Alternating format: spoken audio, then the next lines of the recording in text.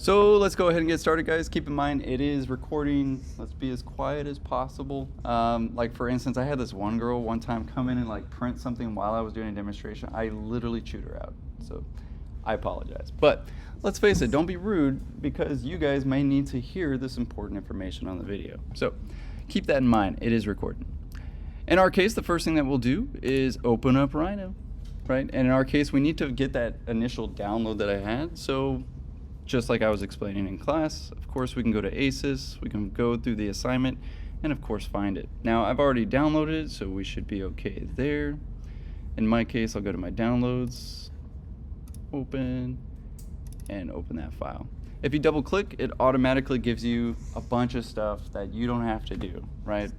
So in my case, I literally even put the assignment on there for you to make it a little bit easier. I don't know about you, but one of the things I really hate is looking at another piece of paper, then my screen, then my paper, then my screen. I don't know. Some people are good at it. I ain't. So in my case, I've set up a couple things for you, including also a couple of commands that we can go over, such as trim and extend and fillet and chamfer. These are pretty basic vocabulary. And in fact, they come from physical reality. In fact, one could argue that this entire program exists because of the beauty of a drafting table, right? What could they possibly be trying to mimic? The drafting table. So in many cases, we get a lot of this familiar geometry, familiar vocabulary, and all kinds of stuff that is extremely useful in terms of commands, which is essentially what these are. Now, I'm on a Macintosh, so the good news is all the windows have the exact same commands, but they're in slightly different places. So you'll hear me call out certain things that only apply to Windows, such as certain key commands, and certain key commands that only apply to Macintosh. In our case, though, I've given you this file, and yes, I know you guys all wanted that title block back, so I went ahead and made one myself, right? Now, of course, you can put your name in, you can switch it from G1, and 1308 is correct. Oh, there is a 2 there. Yeah, G2, Professor for Red, Exercise 5, Rhino Laser Cutter, whatever, right? Sorry, Illustrator. It's got it all, right? You can change the fonts if you want, the colors, and eventually you can make it your own if you like, and we'll hopefully get into that today. I'm not trying to make a part 2, but let's face it, I essentially do the assignment, right? So let's do it. Since it is the beginning for some of us, how many of us have never used Rhino ever? All right, so I do want to break it down very simply and go over the interface.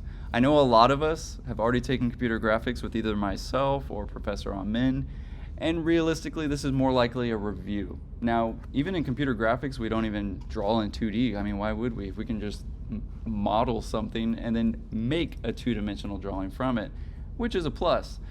But we got to do it old-fashioned first. I want to break it to you easily. So what we're actually doing here is just mimicking exactly what we did on the drafting tables, right? However, it's got some other tools. So for instance, we've got our command line. In the Macintosh, it's in the top left. On Windows, it's either at the very top by default or at the very bottom. This is like your browser. This is like your main hub. In fact, pretty much everything is in the command line bar, right?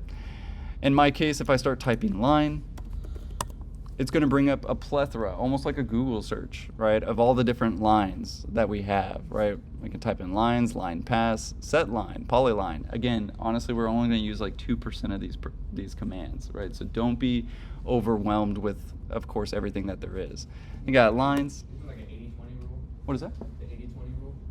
It's like Yeah, but arguably even less than 20, all right? Which is true. Raul brings up the 80-20 rule, where you use about 20% of the entire program. Arguably, I'd say it's like 10%. Arguably, maybe even 5% since we're just doing two-dimensional stuff.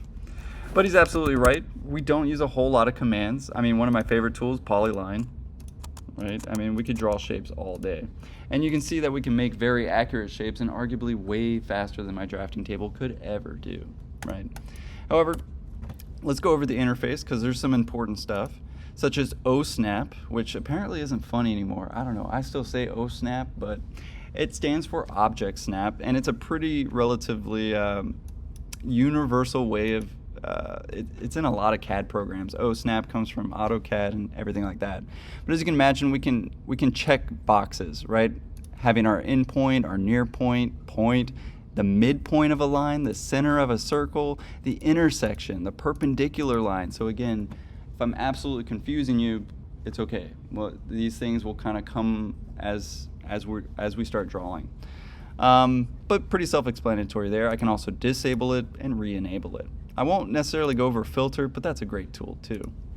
Really, all we're going to be using for this is actually just a couple of commands. We might use some trim, some extend, maybe some fillet, and maybe some chamfer.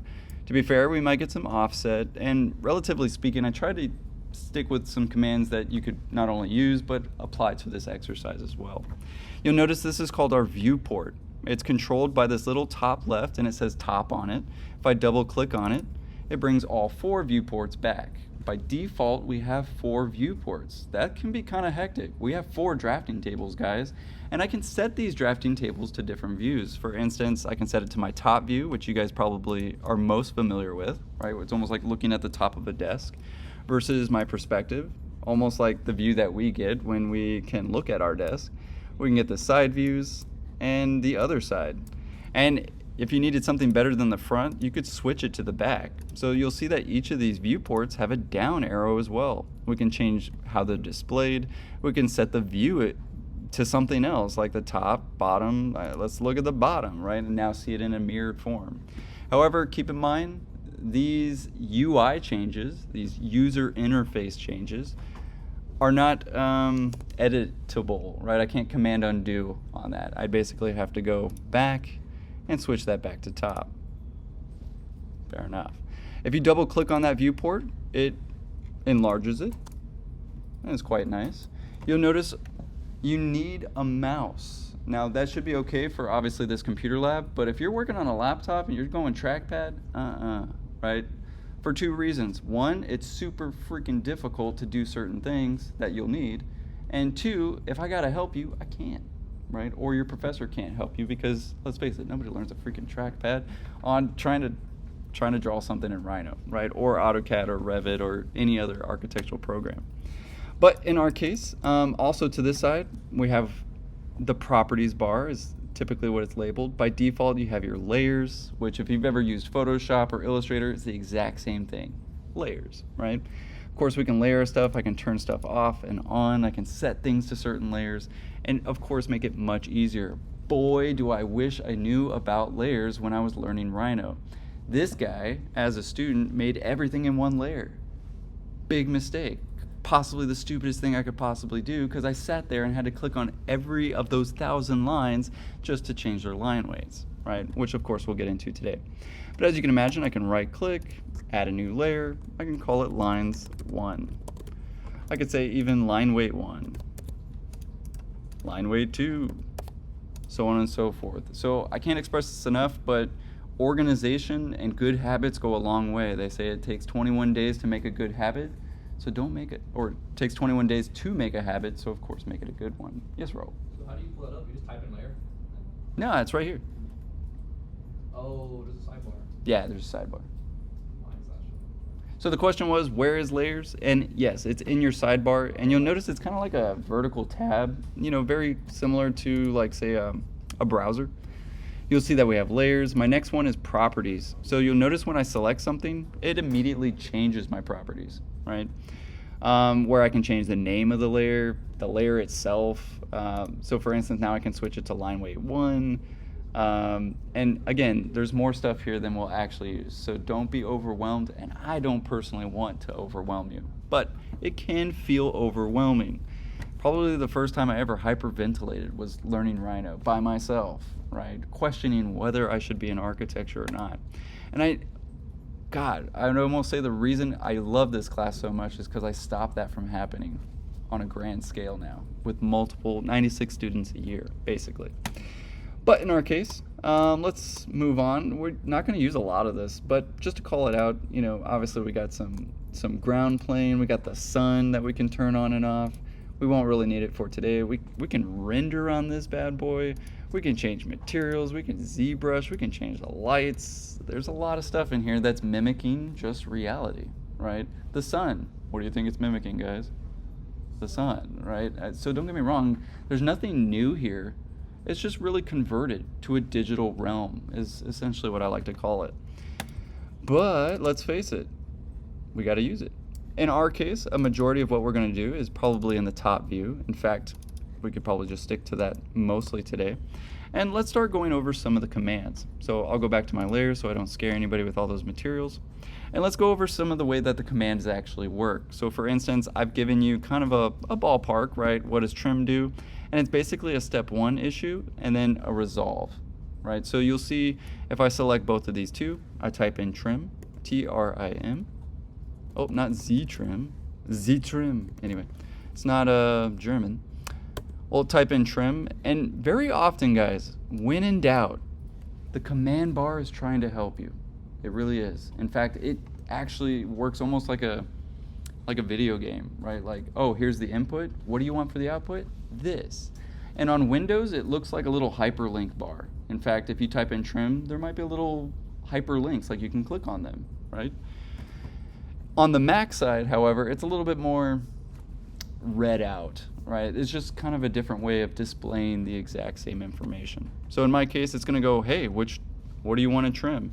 And it's almost as if I had like a bar right here and a piece of paper, and I'm telling it where I want to rip the paper. Well, I need to select the desk to, of course, tell it where I want to rip the paper. In my case, let's pretend that this is my desk and this is my paper. So chop it off. I could even chop off the desk. And once I was done, I hit enter and it's solidified. Let's watch that again. Let's do it with extend. So in my case, I'll type in the command first, extend.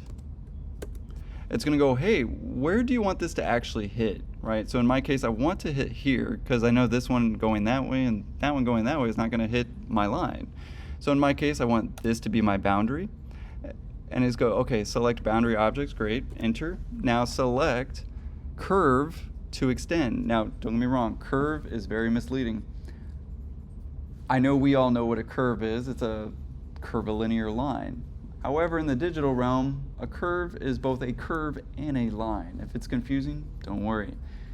I don't know who did this. I didn't make this program, nor did I make or establish the vocabulary of digital realm, but as you can see, we click on that curve or that line in order to, of course, extend it. From here, I hit enter and it's been solidified. I can go back even further and type in trim and even trim off that little guy, right? Even better, arguably the exact same 3 tools, right? They're honestly all doing the exact same thing in an extent, right? Let's try fillet. I'll hit escape to get out of a command. So fillet. In my case, I'll select this one and that one, and I'll put them together. Even better, I did the extend and trim all in one piece. So again, fillet. That's more of a wood shop tool, by the way. We have a fillet tool. And we have a chamfer tool. If you guys have, anybody woodworkers here, I know Leon is, don't they have a chamfer tool? You can do that to a desk or, you know, any side piece of wood, right? Or a profiler is also what it's called too, right? Chamfer is pretty great if I want something unique like that. So I'll type in chamfer, enter, and of course, click those two. And you can set that angle or even the amount that you want to chamfer. Yes, Raul? So every time we're doing a new command, we type it in every time? Correct. Okay. Can't read your mind. I'm saying like there's no like button for it, there's no like... You'll hit enter, yeah. And if you want to reenact the same command again, you'll hit spacebar and it'll go back to chamfer again. So that's kind of nice too. Good questions though. The question was, how do I enact a command? Enter. And how do I get out of a command? Escape. So what if I like messed up? I clicked on maybe the wrong thing. Escape, escape, space bar, reenacts the same command. Does that make sense, guys? Okay. Now let's move on to the actual assignment. Let's go ahead and pull it up actually and just read it out. Oh yeah, wait, this is my computer that I uploaded it from. I got a lot of files. Hold up. Graphics 2, summer, exercises, 5, sweet. So let's take a look at it. Obviously, digital media planimetrics is essentially what this is called, but this exercise will cover the basics of both Rhino 3D and Adobe Illustrator. I'm not going to read the rest. You can if you want to, but essentially I'm already saying all these things anyway. However, I think what we all gravitate towards is maybe the pictures, right? But the actual drawing requirements. So just like the last assignment, I had you do 4. I'll go easy on you. We only have to do 3, right? But I do want to see 3, or at least your best attempt at 3 of them. Yes, they need a title block. Check. I've already got that for you. Yes, they need line weight, so we'll need some Illustrator. Construction lines, that would be good because we're mimicking what we do on a drafting table. And calculated shade and shadow, which is good. I know how to do that. But wait, where's my triangles, right? Of course, let's go over it. Obviously, it'll be graded predominantly on line weight, right? So again, I'll be looking at the graphic integrity of it. Does it work? Is it too light? Is it too bold? Is it too dark? We have the exact same issue that we have on the drafting table. One could argue one's a little bit more intuitive, such as applying more pressure makes a stronger line, or using a different lead.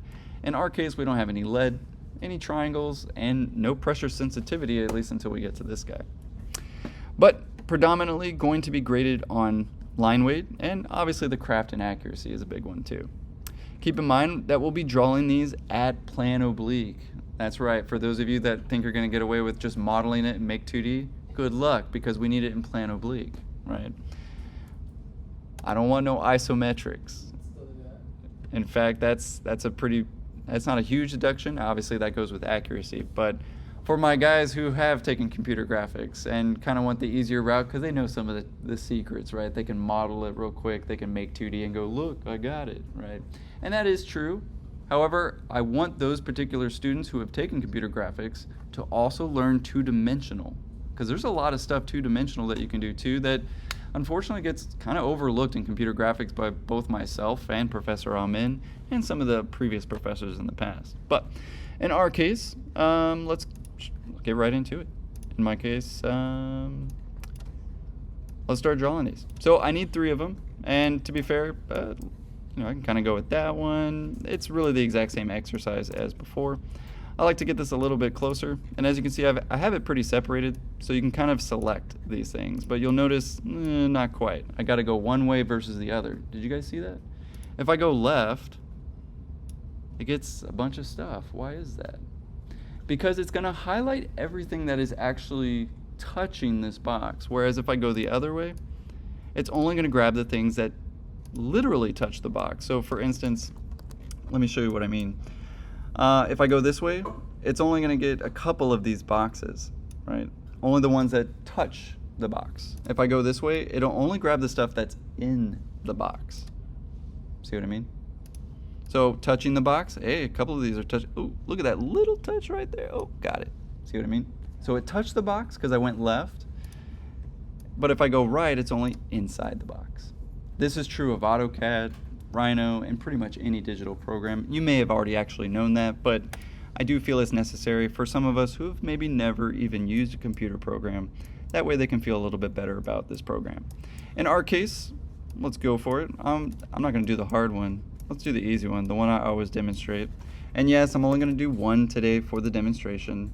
Of course, the other 3 are up to you. But keep in mind, we don't need this view. And what I did there, my apologies, I selected the piece, I typed in copy. God, I wish this was a feature on the drafting table. Enter. Click anywhere or the point that I want to use from. So for instance, I could select the actual point itself or just arbitrarily anywhere. Click. And of course, decide where I want it. If I hold shift, it'll keep it perfectly straight, which is kind of nice. If I hold shift again, it'll keep it straight. And typically it gets the 45 angle in there too, but I guess my settings are off. But as you can see, if I hold shift, just like Adobe, just like Photoshop, just like any other program, it'll keep it orthogonal. As soon as I'm not holding shift, it's pretty free range. However, you'll notice if by default, some computers are stuck on this part down here called grid snap. Be careful. I would turn grid snap off because it can kind of be super annoying that you're trying to like play something that's like click, click, click, click, click. It's basically going to that grid. So if you notice yours is like, wait, why can't I move it better? Usually it's because grid snap is on. So very often I turn that off. In fact, maybe this is a good opportunity to talk about that bar at the bottom. It is in the same spot on both Windows and Macintosh. So you'll see there's a couple of options down here. Grid snap is one I leave off. Ortho, pretty cool. No matter what I draw, it's a straight line. So that's kind of cool. Right, I can't even draw because ortho is on, right? So it's only going to stay at a 90-degree angle. I typically leave smart path or smart track on because that's kind of nice. It kind of like helps you out, and you'll see what I mean later. Gumball I always keep on, and to be fair, you don't really need to know about the rest yet. But let's go ahead and start drawing. In my case, I may want to start a new layer first. I may want to say, I don't know, drawing 1 and object. I may want a different color so I can show it on my projector better, or just because I have terrible eyesight and I can't see very well. So in my case, one of the best colors I use is magenta. I just think it really pops. In my case, the first thing I'll do is draw a line. Enter. Now, let's draw this thing. And as you know, we need to draw it in orthographic view. So you'll notice in the instruction, just like the previous assignment, each of these ticks is an inch. So each of the space is in between. So for instance, just to kind of show you what I mean, that would be 1, 2, 3, and 4. Anyway, I just think some of us missed that last time, so I wanted to make sure that we got it. Dang it, ortho, get off of here. Anyway, in my case, I'm going to start with a regular line, so I'll type in line, enter, and I'll draw an inch, right? So in my case, well, how do I draw an inch, sir? Well, type in 1 inch symbol. By the way, it's not a foot symbol. It's not the foot symbol twice either. If I hold shift and the button right next to return, you'll see it on your keyboard. There's an inch symbol. We've probably all seen it before, right? But it's the double tick mark. However, if you just don't know where it is, you can also just type in inch too. The program will essentially know all of them. In fact, I've already set this up in units as inches, so really all you have to do is just type in 1, right? It's already set to inches for you. You're welcome, right? But in our case, now it's like, okay, well now what angle do you want it? Well, in my case, I'm just drawing this line right here. So I'm gonna keep it straight. Hold shift and click. Got my first line.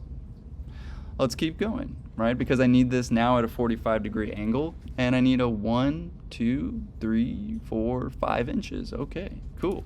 I'm gonna take a line. I want to take a line. Oh, my bad. Didn't mean to disable that. Make sure your O snap is on, right? Because you'll notice, bless you. You'll notice, bless you again. You'll notice I have the endpoint on, which means it's gonna snap to an endpoint of my line. Gosh, I wish this was a feature on the drafting table. I can't tell you how many times I've started a line and been like, that's not even the start, right? Or I'm just slightly off. Or again, don't get me wrong, I got better at drafting, but my goodness, it's not tailored for speed, if you will. So I'll type in line, enter, and you'll notice as soon as I get close to it, it literally snaps to it. And you'll see some of those white lines generated. That's my smart tracking, if you will. So in my case, I'll click, and maybe I wanted the midpoint. Let's get the midpoint. See what I mean? O snap is fantastic. I no longer have to measure this line just to find the midpoint. In my case, I'll type in 5 inches. And now I've got this line. I need to rotate it, so I'll type in rotate. I'll click on my center of rotation. All right, that's where I want to rotate it. All right, where do you want to rotate it from? Okay, the other side. Click. And how many degrees do you think I'll go? 45. Because it's a plan oblique, right? Oh, it could. Yeah, and the other side be 30, right? I would suggest 45 by 45, but that's just me, right? You could do 30-60 though, as long as it's that 90-degree angle, plan oblique. However, do I need to draw a line again, or could I just copy it? See where I'm going with this? See the amount of time we just saved? Anyway, let's continue, right? Obviously I got this piece, let's keep going, right? I've got a line over here that's 2 inches, so I'll type in line, and I'll try and go a little bit faster, guys. But I do want to make sure I don't lose anybody or scare anybody absolutely away. In my case, I'm just copying these lines and reattaching them. You can type in inch, you can use the inch symbol. Inch symbol is on, it's right usually above your question mark symbol on the keyboard. So you'll hold shift and usually hit that, it's a double, you know, like quotations. It's a quotation mark, right? Thank you, I was missing the word quotation. Anyway, the next thing we could do is, well, I could draw this line pretty intuitively and just, you know, fake it till I make it, an inch, and rotate it, right? I can even actually line up while I'm drawing to a previously known measurement. So for instance, I'm not going to draw that again, nor draw this line again. In fact, more often than not, I usually just copy the line and attach to my endpoints. And there's that side I need, right? So I'm going to build this from the front to the back. However, that's not quite finished. So I'll take the entire thing, trim, and get rid of the parts that I don't need. Escape, right? Already right there. Perfectly accurate. In fact, that's what gets weird about the computer, is we actually can get all the same answer. Whereas a drafting table, one could argue that we could microscopically look at that and be like, your line is 3 atoms away from my line, so therefore it's not the same. Whereas in the computer, that's not necessarily the case. Don't get me wrong, I'm not going to share some of the secrets that we did at Texas Tech, but let's face it, sometimes you'd be like, hey bro, can you give me that file? I just want to rework yours, all right? Because who would know the difference? But in our case, let's do it manually, because there's no shame in that, and we learn a lot more by doing so. 1, 2, 3, 4. Let's keep drawing this, otherwise I'll talk forever, because there's a million things to say about this program. 4 inches, enter, and if I have to, rotate. So RO for rotate. I could take the end itself, and in my case, I'm actually going -45 there, but let's see what this does. Nah, 45 doesn't work, so -45. There we go. In my case, I'm not going to sit there and do that again. I'll just copy it. Let's get the other side, which is 1, 2, 3, 4. Great. I have a 4-inch line, but there we go. Endpoint.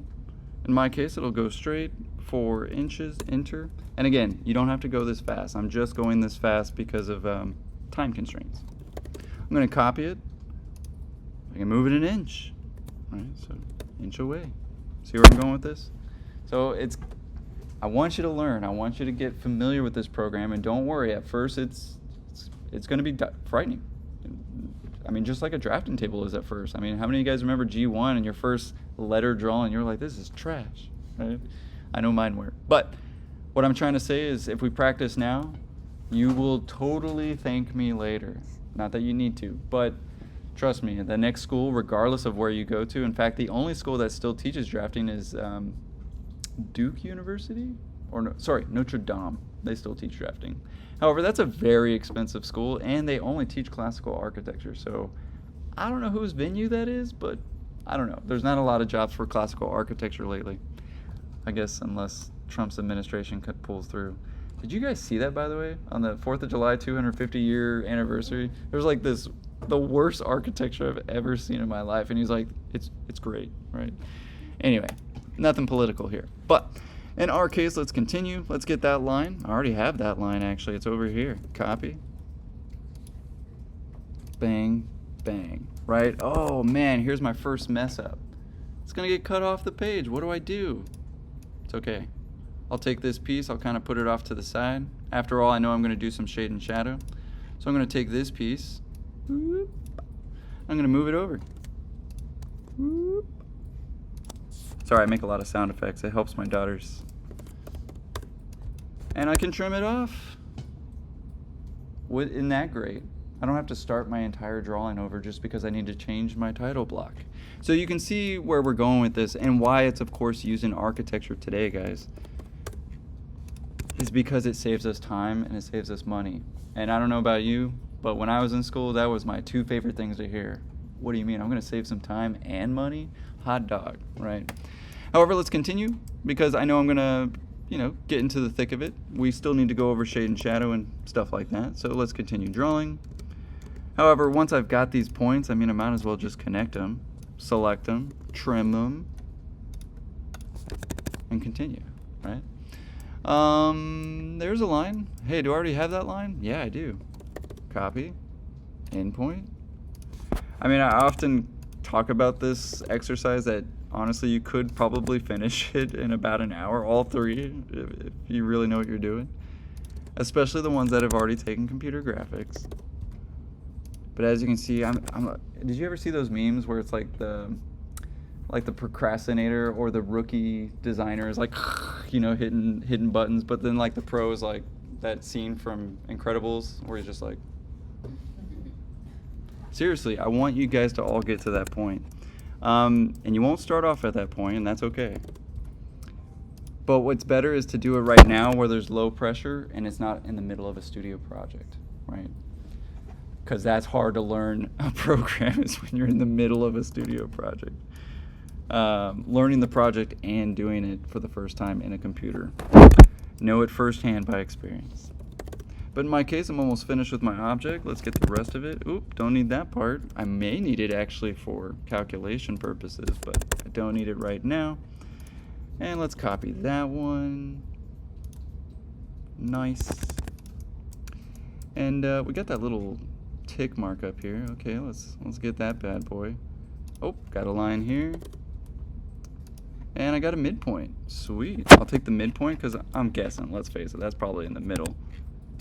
And I can offset this 1/2 inch, 0.5 inches. Boop, boop. Do I have that line? Sure do. Look at that bad boy right there. Copy.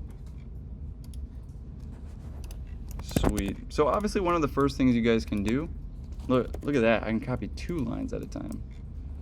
Man, now we're working smarter, not harder.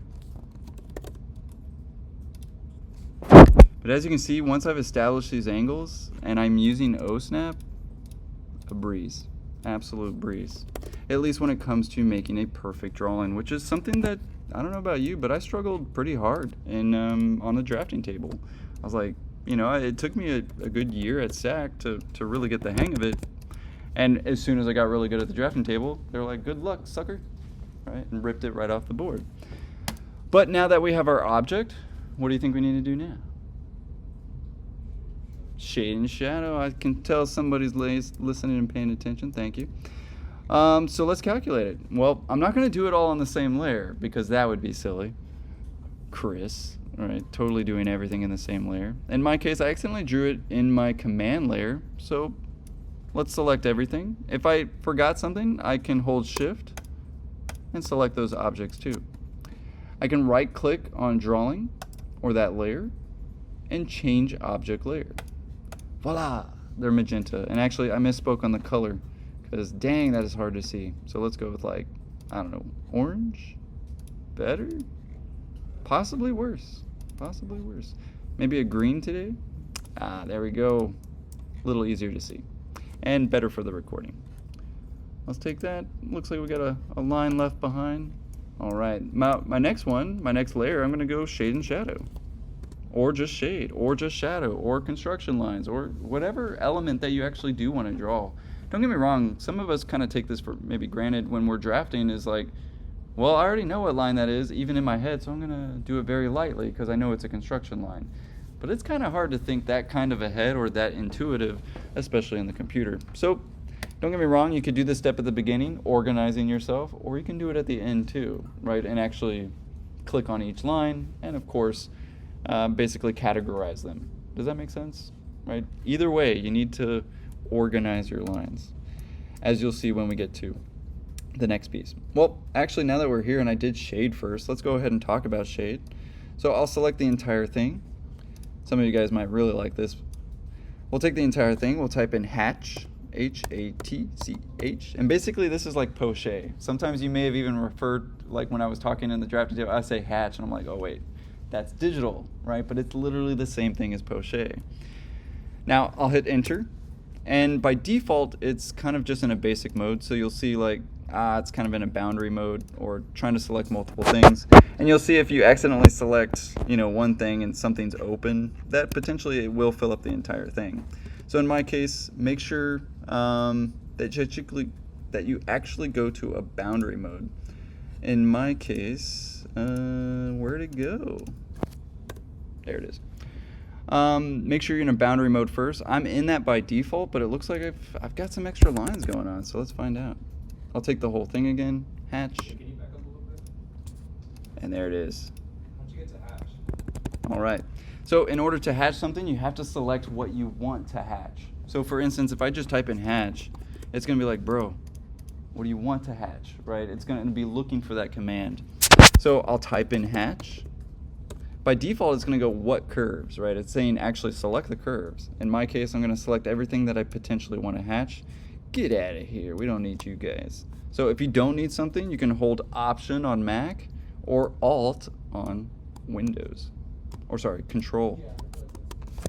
Control. In my case, my bad, I accidentally hit Escape. So let's get all those. We'll get that guy too. Make sure you do get all your lines though. Otherwise you'll get those open spaces like I did. Hatch, enter. Now this is where it gets fun, because now you just click. Where is there gonna be shade, guys? Right here? Heck yeah. What about right here? Heck yeah. Am I done? Sweet, enter. And you may notice there's a bunch of lines now. Don't get me wrong, that's not the way we want to shade. In fact, I could just select solid, call it a day. Faster, huh? Right? Obviously, hopefully, I leave kind of these pause moments to kind of reflect on that a little bit, like, wait a minute. That would have taken a lot longer drafting it. Now, don't get me wrong, we're not out of the woods yet, right? Because we got to make it look like a robot didn't do it. So we'll talk about that a little bit. In my case, though, let's go ahead and calculate some of the things. I'm not going to do all of it, but I do want to get you guys started. So, new layer, and let's say calculated shadow. Again, you would be surprised. I know it sounds like overkill that I'm literally labeling every single little thing, but I kid you not, eventually you'll be doing a 3-story building, you'll be like, oh my god, I should have made layers for first floor, I should have made layers for second floor, I should have made layers for third floor. That way I could potentially turn them all off and change their line weights, as you'll see. Or you can imagine eventually we build stairs, rails, handrails, just about everything, the columns, the beams, the lights, the clocks, the everything eventually has to go into this computer program so that somebody can go build it. Don't get me wrong, I know it's the first 2 years, but you can kind of see where this is going and why we of course use computers in architecture. What was that? So the question was, is there an infinite amount of layers? No, but you do have 1,028. I've never reached that limit. In fact, I think the most I've ever had is like maybe 120, right? And that's just, I do mostly high-end residential at my firm. So I don't have entirely huge complex projects of MEP and all kinds of stuff going on. But in my case, some of my drawings are quite easy. But great question. Yeah, it's like 1,028, and arguably I think it's even more now. So you can have a lot of layers. Where was I? Oh yeah, calculating. So let's calculate our shadow. So I can double click on a layer. You'll see that a check mark comes up to kind of indicate that you've selected that layer. You'll notice if I select on something else, it'll select to that layer. Keep in mind that when you're on a layer, it won't let you turn it off, which by the way, that's what these little light bulbs do. Right? I can turn off the layer if you will. And that's really handy, especially when I need to select one thing and I have 1,000 things in front of me. I can turn all the layers off and select that item much easier, right? Another reason why I like this program, because the drafting table, I can't do that without just making a whole nother layer. I mean, how many of you guys have I told you on the drafting table, put another piece of trace on it? That's a layer. A layer. It is a layer, right? Again, what they're mimicking is reality. So let's calculate. So I'm going to take my line, but you may have noticed, like, I don't want to accidentally change this. For instance, I don't know, I may accidentally do something like this. You know, if I have some lines, and I may accidentally do this, and I'm like, man, that is not what I wanted, right? That messed up my whole model. So sometimes what I'll do is actually lock stuff. So I can select everything, I can lock it. That way I can't accidentally change it, move it around, skip a beat. And let me tell you, when you're first learning these programs, it can be a little daunting. I typically use a mouse ball just because I've always used one since the 90s. But again, the mouse is your apparatus it's now your drafting table. It's your interface with this technology. Now that changes when I switch you back to drawing in freehand 2, and if you take me for graphics 3 or graphics 4, we draw on this guy, right? So times are changing. Anyway, so let's click on that layer. Let's calculate a little bit. What time are we at? We're okay on time. I need to get to Illustrator though, so I'm gonna move a little bit quicker. Just like the drafting table, I'm gonna set up that line. Set up any line, right? In my case, I want to make sure that it's what, 60 degrees, so I'm going to rotate it. There's my base point. I'm going to select this side and basically rotate it out. How many degrees? Well, in our case, the 30 degrees, right? Because I want the 60. So 30. Man, I almost nailed that. Anyway, in my case, trim it because I don't need this little piece and that piece either. And as you can imagine, whoa, do I have to do that every time? Well, I could get smart and do this over and over again, right? Fake it till I make it, right? Because I'm actually just taking my top and my bottom points. One could even argue that I could do this. I could take just this line. That's going to cast a shadow. That's going to cast a shadow. That going to cast a shadow? Nah. That going to cast a shadow. That's going to cast a shadow. That's going to not cast a shadow. Is that going to cast a shadow? That's going to cast a shadow. That's going to cast. You see where I'm going with this? But I'm just copying that line. That'll cast a shadow. That'll cast a shadow. That'll cast a shadow. Sorry, I should probably not say that so many times. But you get where this is going, right? Now, those are all my top points. So I'll take my bottom point, copy, select that same base point. There's my base point. And this is where Smart Track actually does help, right? I can align to a point and then actually focus down, right? Now, it's not going to magically tell me where my end is, so I might have to calculate that a little bit. But in our case, let's get maybe the outside edge. So, boop. There's my next one, intersection. And this is where you want to practice a little bit. I know I make it look a little easy, but keep in mind, I've got like 15 years experience on this. So I may need that back object though. So, well, oh, I have it locked. What do I do? Type in unlock. Right? So we can unlock something. Bless you. We can take that piece and we can find that back point. There it is. Right? So now I can take this piece, copy, and I can go ahead and verify with myself and my professor that, hey, you will get a little bit of that line. Right? Some of you guys were really testing that one and really trying to figure it out on the last assignment. Let's face it, now you just stick a line there. Right? You don't have to worry about now the accuracy of the human body or the drafting table. Let's face it, those things get a little wonky as well. However, oh man, I need to put those together, and those are too short. Anybody know what I do? Almost. Starts with the F. Thank you, Reagan. Fill it. So I'll take this piece and that piece. Voila. Right? And I would do that, of course, for the ones that are either too much, right? I can use it just kind of like as a trim too. Spacebar. I can act the same command over and over again. Spacebar. Now, I think I accidentally selected the wrong way. You guys see that? Edit undo. I can't even mess up. Blew my mind when I realized that, right? So again, I need that back point though, so let's grab this one, copy. But you'll see that we're no longer bound by, honestly, the talents of our hands and fingers and hand-eye coordination. It's something a little different now, right? So I'll take these two, or go back to fillet. Click and click and click. Oh, sorry, space bar, click and click.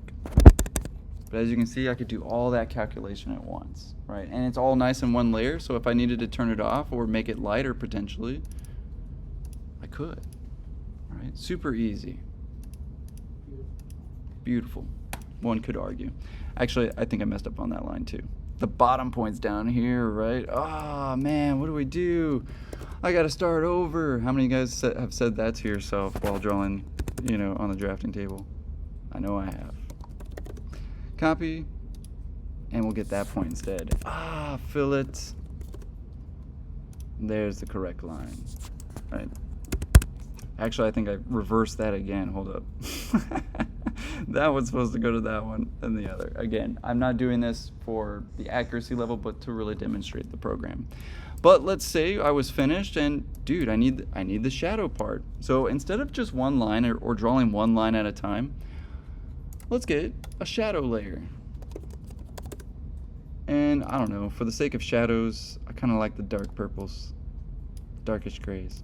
Anyway, and I'll use a polyline, which is basically, as you can imagine, Latin. Poly means many, or is it Greek? I'm not sure. But a polyline is obviously, we can draw multiple lines. So in my case, polyline, enter. And now I basically draw the edge of that shadow. Keep in mind, in architecture, we don't have that constant shade. Oop, looks like I forgot a point there. Oop, my bad. Fake it till I make it. Hey, look at that. It ends up being the midpoint. And that would make sense because that is the midpoint of that line, isn't it? Anyway. Click. And I don't think I did that one right because it seems at the wrong angle, but click. And fake it till I make it because it's just a tutorial. Boop. But let's say that was it, right? Enter. And now I've got this wonderful shadow line that now when I take my entire piece and I hatch it, enter, I can select all those wonderful little pieces in order to convey my shade and shadow. Now don't get me wrong, this is completely wrong. Please don't copy what I'm doing here. But for the sake of learning the program, of course. However, as you guys know, we don't show black solid shades. So we can actually select a hatch line, something straight, and I can select very many. You'll notice it's controlled by scale and rotation. So if I needed vertical, what would I do? 90. Sweet. If I needed 45s, 45s. If I needed zeros, zeros, right? If I needed more, I could, it's usually defaulted by 1 equals 1 or 1 scale. But if I set that to half scale, 0.5, I get a little bit more dense. If I wanted it even more dense, 0.25. But again, I just saved myself like an entire hour. Right? I don't know about you. But from here, we're not entirely finished. Now, don't get me wrong, I'd double click on my name and I would type in Verrett. And I'd want to do all that stuff here in Rhino. I want to get all the labeling, I want to get all the organization, all done here. In fact, I would even argue if you don't even get to the Illustrator part, which by the way we have until a week, next Tuesday is when this is due, so there's plenty of time. In fact, one could even argue, some of you guys are like already done with one. Anyway, by the amount of time that I can finish in talking. Anyway, the next step is to get it into Illustrator, right? Don't get me wrong, this is beautiful, very accurate, but it looks like a robot made it. It's colorful. That is not what we'd print out. Bohuslav would literally start melting in place if he saw this, right? So in our case, we'll take the entire piece, everything and all. You might have to unlock it, right? Just in case you accidentally had something there that was locked. I'll go to File, Export Selected, and we'll turn it actually into an Adobe Illustrator file because we have that now. When I was first learning this program, that was not the case. We had to save it as a DWG. So if you notice you don't have Adobe Illustrator there, you can also use a DWG, which is an AutoCAD drawing file. In our case, we'll stick with an AI file for today, and we'll call it exercise 5. And test. That way I don't accidentally get it with another file. I'll put it on my desktop for today. And relatively speaking, you can usually leave this at default. I'm going to show you how to scale it anyway. After all, it is actually true dimension, so we shouldn't have any issues in terms of scaling. One could even argue that both of these buttons in this case will do the exact same thing.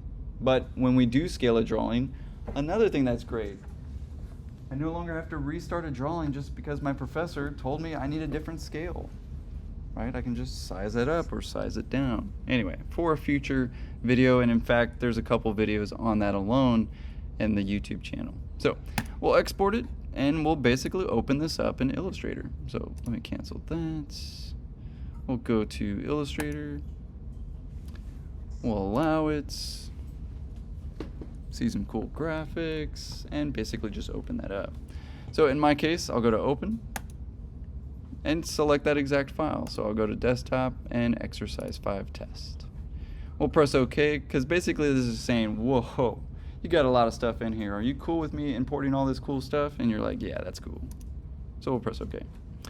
In my case though, by default, you'll notice that, well, it came in, but it's kind of the wrong size, right? Which is why I gave you the 11 by 17. So the first thing that we can do, who has never worked in Illustrator before? All right, so fairly new to us as well. I do want to go over the basics then.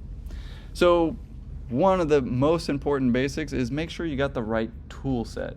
By default, sometimes it's actually in Essentials, which sounds great, but there's like no tools there, right? So make sure you go to this top right box, usually right next to the little logo of your name, and make sure you go to Essentials Classic. That's what I work in. So if you notice that I'm clicking on something, you're like, where the hell did you click on that? It's Essentials Classic. The next great tool is the ruler tool, and that is Control R as in Roger, or Command R if you're in Macintosh. Right? You see a little ruler pop up. Also a great feature because, well, this represents a true space. The next thing that we can do is, of course, go to File. We'll go to Document Setup, and we'll edit our artboards. That is an artboard. That's essentially a page to a PDF. It's a true paper size. So you'll notice if I click on this artboard, right at the top up here, it says it's a 36 by 24. Dang, I need 11 by 17. So instead of 36, I'll type in 17. And instead of 24, I'll type in 11. You'll see by default it goes back to that 11 by 17. I'll click on my direct tool, right? Which is basically just your most basic tool. So selecting something, that is essentially how we select something. Direct tool, not as widely used, but kind of cool. When you double click on something, you can of course have control points, and you can really draw in this program, but don't be drawing in Illustrator. Seriously. It is a great way to waste a lot of your time. I don't know, maybe you like putting puzzles together and you got a lot of free time or something. Don't draw in Illustrator. It's inaccurate, it's the worst, and Barrett told you not to, right? Don't get me wrong, once you get really good at Illustrator and really good at the Wacom, I'll let you draw in Illustrator. But until then, draw in Rhino. Yeah, you need a 1-inch line, good luck in Illustrator, right? So of course we have a lot more tools in terms of accuracy when it comes to drawing that are just not found in Illustrator. And arguably it's an Illustrator tool, it's a graphic design tool. They're not always worried about how large the letter is, right? Or exact because it has to be built. So different problems, different programs for different problems. In my case, I want to select the rest of this and pretty much just line it up. You'll notice that that outside box lines up with the previous box. Now for the fun part. I don't have to select a dang thing, right? In fact, you'll notice on the side, we have very familiar tools, and there's this little 2 stacked squares or diamonds. That's our layers. And voila! Notice anything? The exact same layers that we just made in Rhino transfer over to the next program. I don't know about you, I know I'm making it sound like a big deal, and that's because it is, all right? Because poor Chris Verrett as a student did this all in one layer like an idiot, when I could have actually just deselected layers and done one at a time. In fact, you'll notice that this invisible box that I click on will select everything in that layer, right? So a little bit about layers, right? And we'll get to that. Let's talk about also these swatches, right? So in my case, I can turn these all back on. I can turn them all off, drag and drop, turn them all back on. Again, a feature I wish Rhino would have, but definitely a game changer when I'm just trying to isolate something. Now don't get me wrong, I could select things now, or I can just select the invisible box and get it as well. You'll notice that I can double click on these two, and right now they're at a question mark because, well, the computer program's telling me, hey, these don't actually match as much as you think they do, right? In fact, one controls the stroke and one controls the fill, right? So there's almost like an outline to every single vector.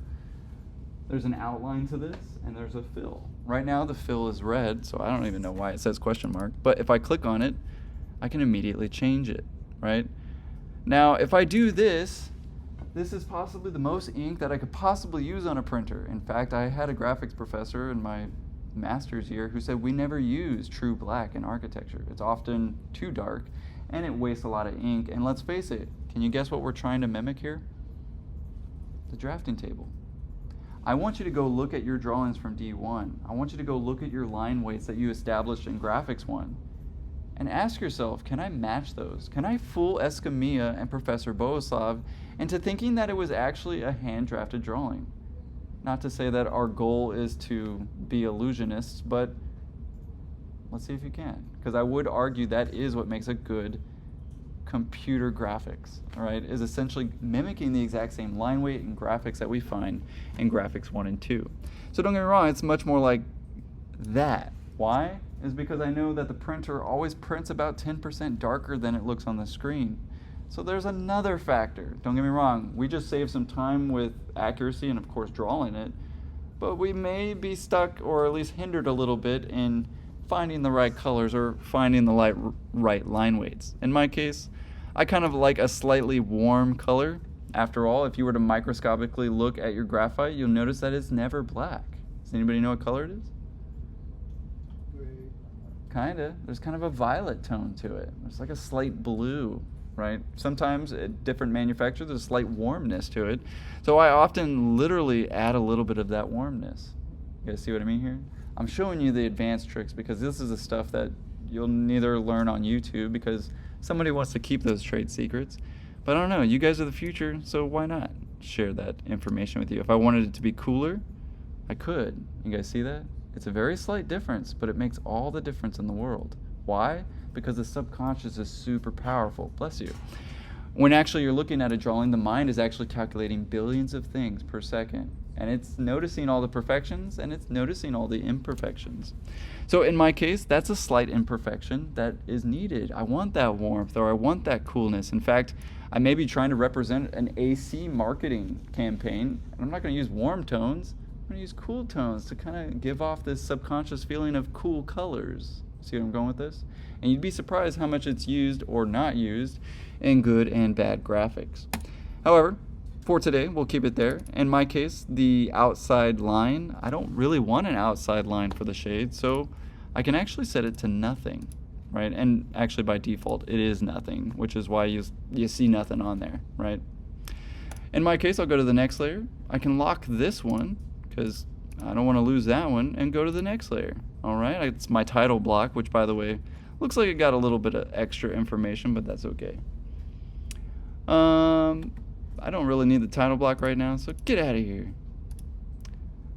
In my case, I might want to change the line weight. We definitely don't want green. Awesome.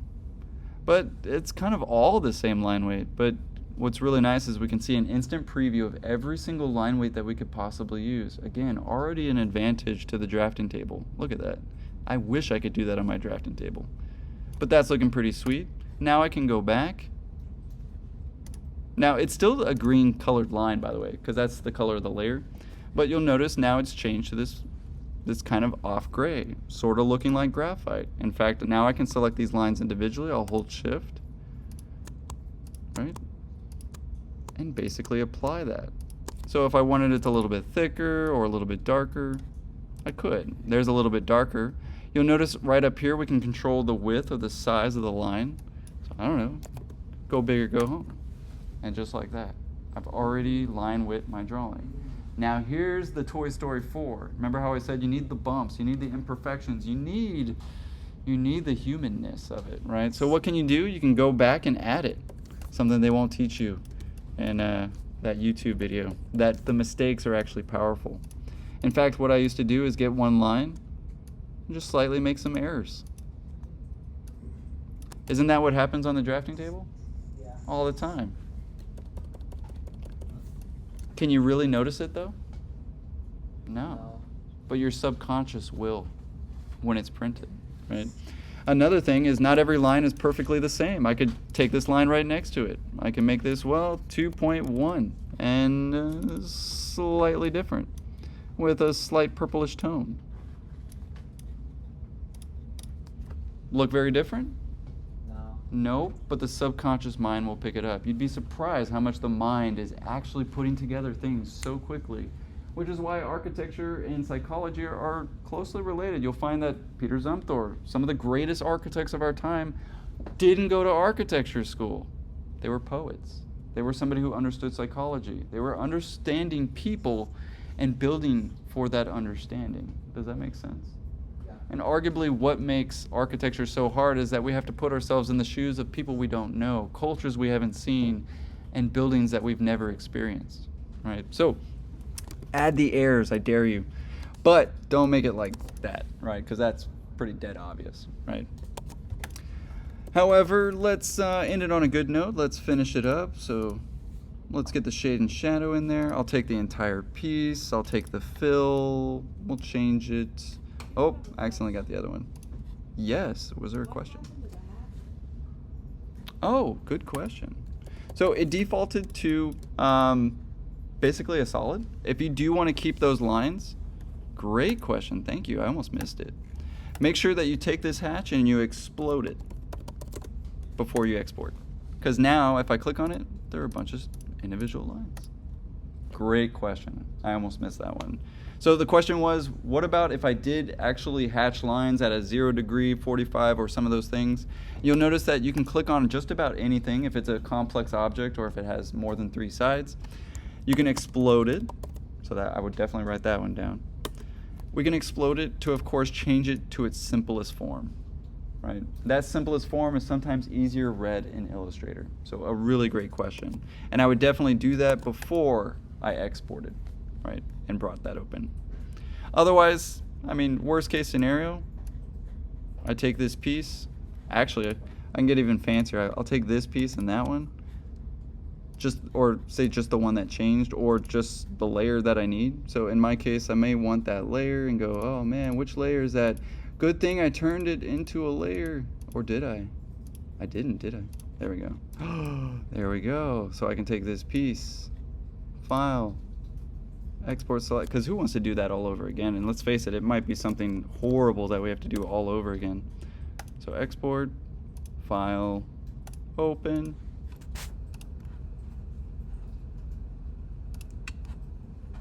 Test. Oh, thank goodness. Got my piece, copy, and paste. Man, I didn't have to start over, thank God. All right. Now, for the sake of tutorial, I just kind of wanted to show you what to do. Obviously, like I said, I'm not trying to demonstrate what to do, but how to do, right? But in my case, you know, I've got some errors that I should have drawn out, that I should have trimmed up in first before I exported, and things like that. But since we are totally out of time and have about 10 minutes left, we might have to make a part 2 on this one. I do like to give you a little bit more of the advanced stuff, and let's face it, I mean, that's why you come to college, is to get the goods, right? And if you have the goods, you get hired because you got the goods. And if you get hired because you got the goods, you get a good job, you have a better lifestyle, and that's arguably the reason we go to college. No? Knowledge is power. Any questions about this assignment, guys? Next Tuesday.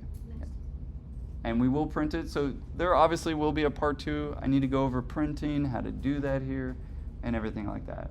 However, this should definitely be enough to get started this week as you start your and end your first project with Professor Rising. Any questions though? Seriously, somebody might have the exact same question, so don't be afraid to ask. Yes? I know you can like scan in like pictures and then like kind of like trace over. You could. So with this, can we do the same thing and go, like trace over these lines to Now, make the shape? I wouldn't recommend it because the drawing's not that complex, right? Just because we already have the shape, and the whole point of this exercise is to, of course, get familiar with drawing in 2D, but we will get there for part 3, right? However, to answer your question, and the question was, you know, is there a way to basically trace something in Rhino? Yeah. If I type in picture, I can essentially bring in any picture, right? I won't necessarily do that today because I don't have one offhand. But yeah, we'll definitely get into tracing because that's another fundamental thing that we do in architecture is trace things. Absolutely, great question. Any others, guys? I'll go ahead and upload that soon. It should be up by 5 p.m. today, but of course it's enough to get started. And I will end it